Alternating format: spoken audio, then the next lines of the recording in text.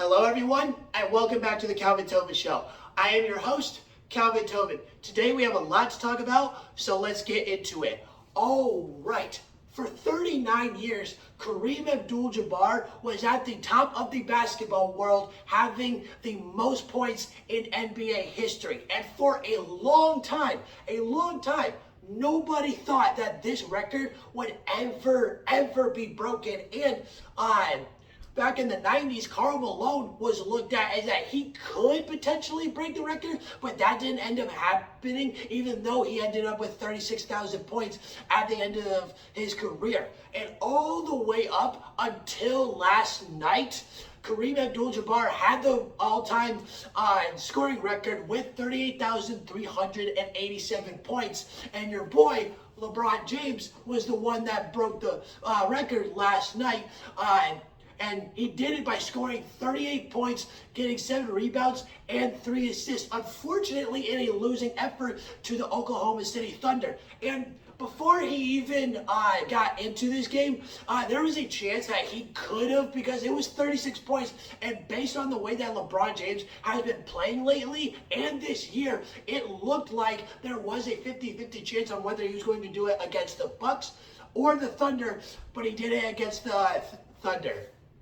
Now, with LeBron James being the all-time leading scorer and now having 38,390 points, he is now the all-time leader in NBA points scored in the regular season, the playoffs, and having the most playoff and regular season points combined. LeBron James is the greatest scorer of all time because of what he has done on the floor, scoring as much as he has done. LeBron James just can't be touched. And this dude is doing unrealistic stuff in year 19 and year 20.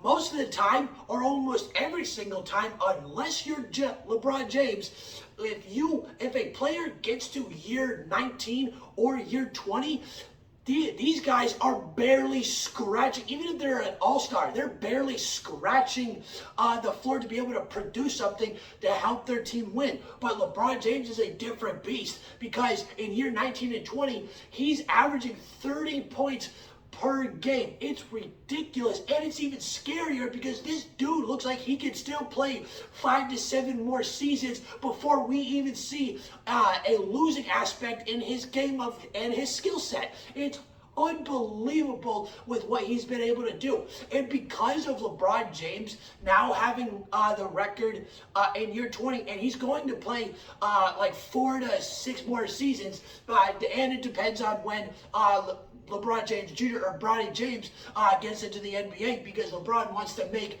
that his last year. But with LeBron James now being the all-time leading scorer, and by the time he is finished, let's say he plays 24 seasons, by the time he is done, he's going to have around 45,000 points.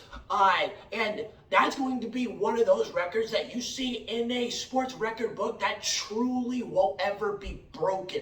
It'll be along the lines of Secretariat's winning 31 length winning record in the Belmont in 1978, and also along the lines of Will Chamberlain's 23,000 rebound record and Wayne Gretzky's 2,800 hockey point record. It's going to be along that list. It doesn't matter how good the player is, but even if let's just say there was potentially a LeBron James or Michael Jordan 2.0, this dude has to play for 20 to 22 years, average 28 to 30 points for the regular season, and just constantly be going to the NBA Finals like every other year. But that's not going to happen. LeBron James is truly one of a kind. And I get that generations get better as time goes on, but because of LeBron James still being able to push his record farther and farther out and be able to set the bar, that record, it just won't be touched, and it won't matter how good the player is. Now, in college basketball, it doesn't matter at all how good you are this year because everybody is losing, especially the top two ranked teams. Because if a team is ranked 1 or 2, you have a big chance of losing. It doesn't matter who the team is because they have lost 11 times this year, and that's a record.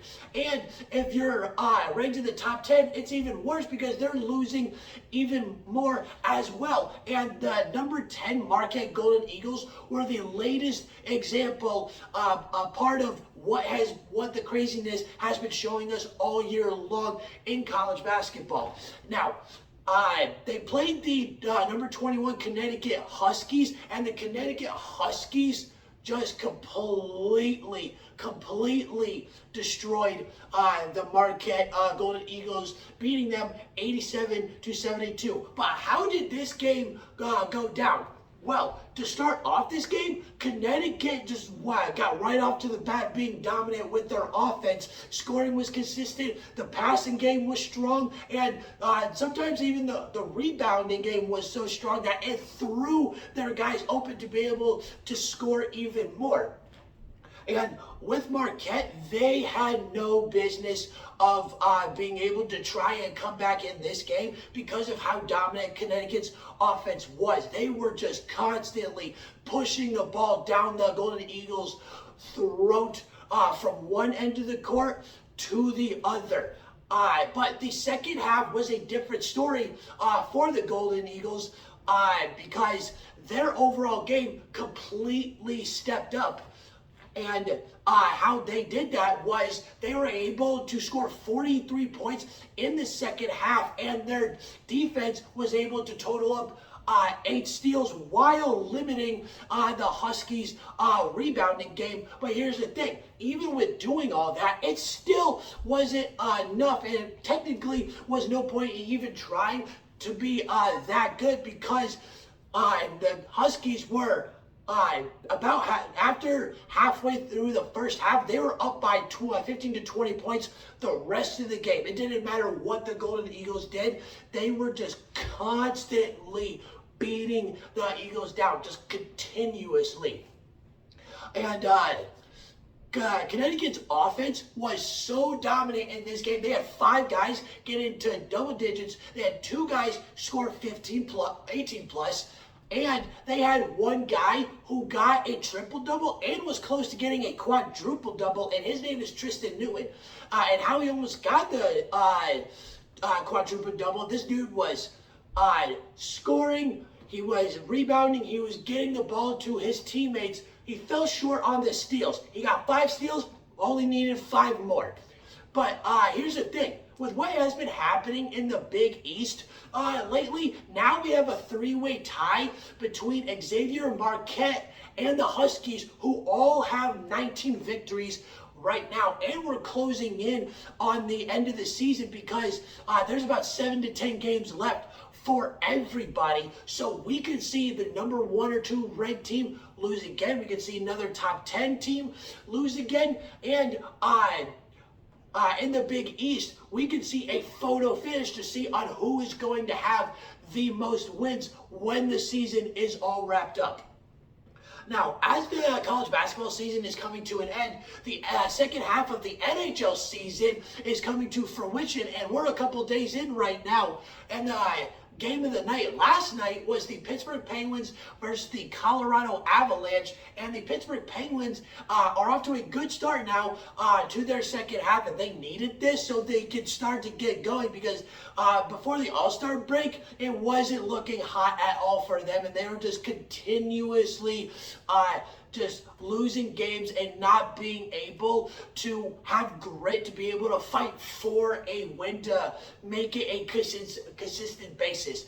But they did end up beating Colorado last night in a low-scoring fashion, 2-1 victory, thanks to Chris Letang getting the game-winning goal in overtime to lift the Penguins to that victory. Now, here's the thing. How did this game go down? Well, I'll tell you. How this game started off was the scoring didn't get started until later because this first period was straight defense. Both teams were constantly shoving and pushing each other around, smacking each other into the boards, and blocks were second nature. In that second period, this is where the scoring started going, even though it was a low-scoring game. But here's the thing. It was all Colorado. They had all the momentum in that second period. They hardly let Pittsburgh do anything.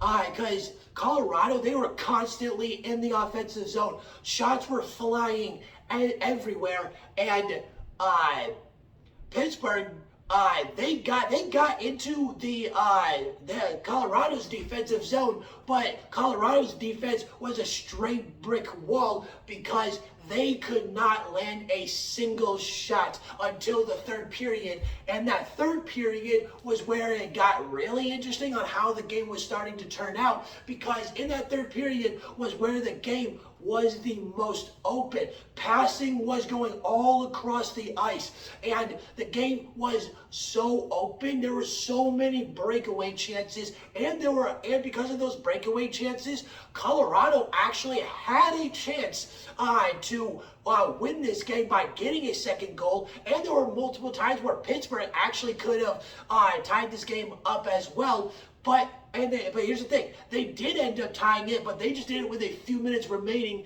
in the third period. And the way it happened was Pittsburgh was able to score because of Pavel Francouz, and the way that happened was it was by complete accident, because he lost track of the puck and accidentally put the biscuit in his own cage, which gave Pittsburgh